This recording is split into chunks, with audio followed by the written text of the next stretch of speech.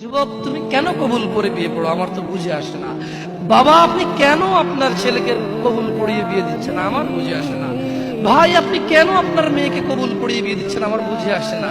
আপনার মেয়ে হলুদ কাপড় পরে, মাথার মধ্যে খোপা দেয়, 3 জন এসে দুধ খাওয়ায়, 4 জনে কোলে নিয়ে নেয়, 6 জনে গান বাজায়, 10 জন এসে হলুদ মাখে। শুধু বুঝি মৌলবি দিয়ে কবুল পড়ালে বুঝি মুসলিমের বিয়ে হয়? শুনুন, আপনার নবী মুহাম্মদুর রাসূলুল্লাহ সাল্লাল্লাহু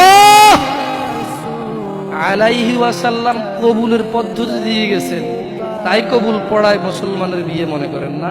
কিন্তু বাকি যেগুলো করেন এগুলো কার পদ্ধতি? কার? মিথ্যা কথা বলবেন না। হুজুর ডেকে খুতবা পড়ে কবুল পড়ে বিয়ে কার পদ্ধতি?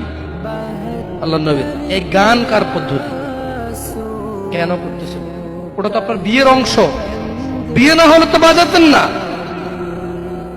বিয়েকে কেন্দ্র করে যেমন কবুল বলছেন, বিয়েকে কেন্দ্র করে তো গানটা বাজাচ্ছেন। কয়জন নবীর উম্মত আপনি? আপনার নবীর নাম কি? আই এম আস্কিং ইউ, আপনার নবীর নাম কি? আমার নবীর নাম মুহাম্মদ রাসূলুল্লাহ সাল্লাল্লাহু আলাইহি ওয়াসাল্লাম। Who is the messenger of Allah for you? আপনার জন্য আল্লাহর নবী কে? কোন নবীর সুন্নত পালন করলেন গান বাজিয়ে?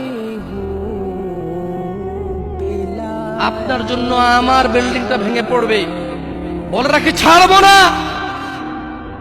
আল্লাহ, তুমি আমার ভাইদেরকে হিদায়াত দাও ইয়া আল্লাহ, ছাড়বো না।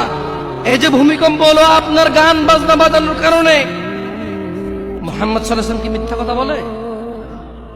কারা কারা হাত তোলেন তো যে মুহাম্মদ সাল্লাল্লাহু আলাইহি ওয়াসাল্লাম জানে না, মুহাম্মদ সাল্লাল্লাহু আলাইহি ওয়াসাল্লাম জানে না, এরকম কারা কারা স্বীকার করে?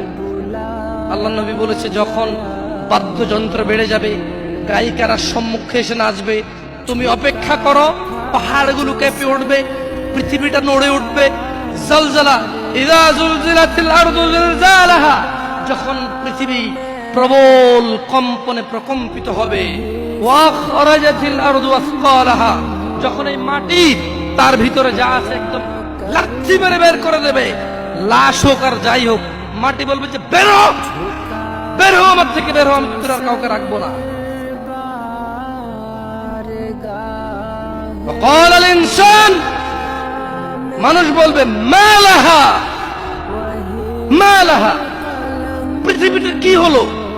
এই মাটির কি হলো? কেন সে কবরগুলো লাশগুলো বের করে দিচ্ছে? কেন সে স্বর্ণ মতি হীরা মানিক্য বের করে দিচ্ছে?